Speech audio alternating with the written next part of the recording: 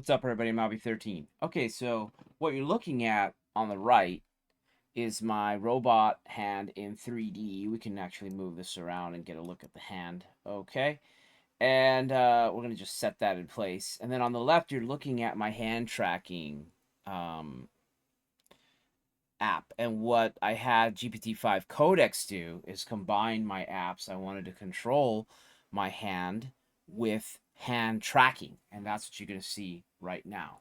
So we're going to go ahead and put my hand down like so, and you're going to see that when I move my thumb, it's going to move the thumb. Now I have to correct the way that the thumb moves, but you're going to see that when I move my fingers, it's going to control that finger, then the next finger, then the next finger, then the next finger, of course, and we can go ahead and move them all together, and we can move them in whatever kind of thing. So that's what this does.